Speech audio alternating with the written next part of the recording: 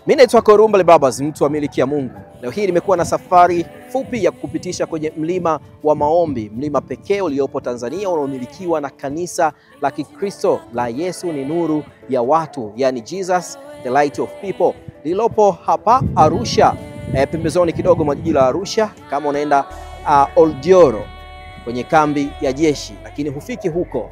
Hapa katikati kwenye chuo cha ufundi cha VETA utakutana na mabango ambayo yanakuelekeza sehemu ya kufika, na kama uko Arusha mjini ukifika kwa Morombo ukianza kuulizia ni rahisi kuelekezwa. Baada ya kufika kwenye roundabout ya njia au ya barabara maarufu ya Afrika Mashariki, yani East Africa, basi ni rahisi kuletwa hapa.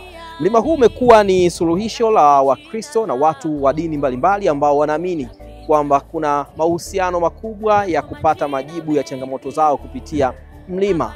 Hata kwa Yesu tunaona mara kadhaa alikuwa akipanda mlimani, lakini pia hata manabii mbalimbali ikiwemo Musa, Elia, milima ilikuwa ikitoa majibu mbalimbali. Wakristo walikuwa wanapata changamoto ya kupata sehemu ya milima ambayo wanaweza kuwa huru kwa ajili ya kufanya huduma hizo. Mara kadhaa wamekuwa wakitozwa gharama kwenye milima tofauti tofauti ndani na nje ya nchi. Sasa hili kanisa la Yesu ni nuru ya watu chini ya kiongozi wake Nabii Utukufu kwa Bwana, mtoto wa kiroho wa Pastor Ezekiel kutokea nchini Kenya, Mombasa pale.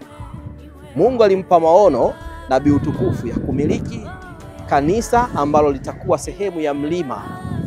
Eneo ambalo kanisa litakuwepo ndipo mlima uwepo, ili Wakristo wapate urahisi wa kusali bure bila bugudha yoyote, bila masharti yoyote. Na ndicho ambacho kimefanyika kwa miezi kadhaa. Watu wameanza kufurahia uwepo wa mlima huu wa maombi hapa maeneo ya Oljoro. Kuingia bure, kuna huduma zingine nyingi ambazo ni bure.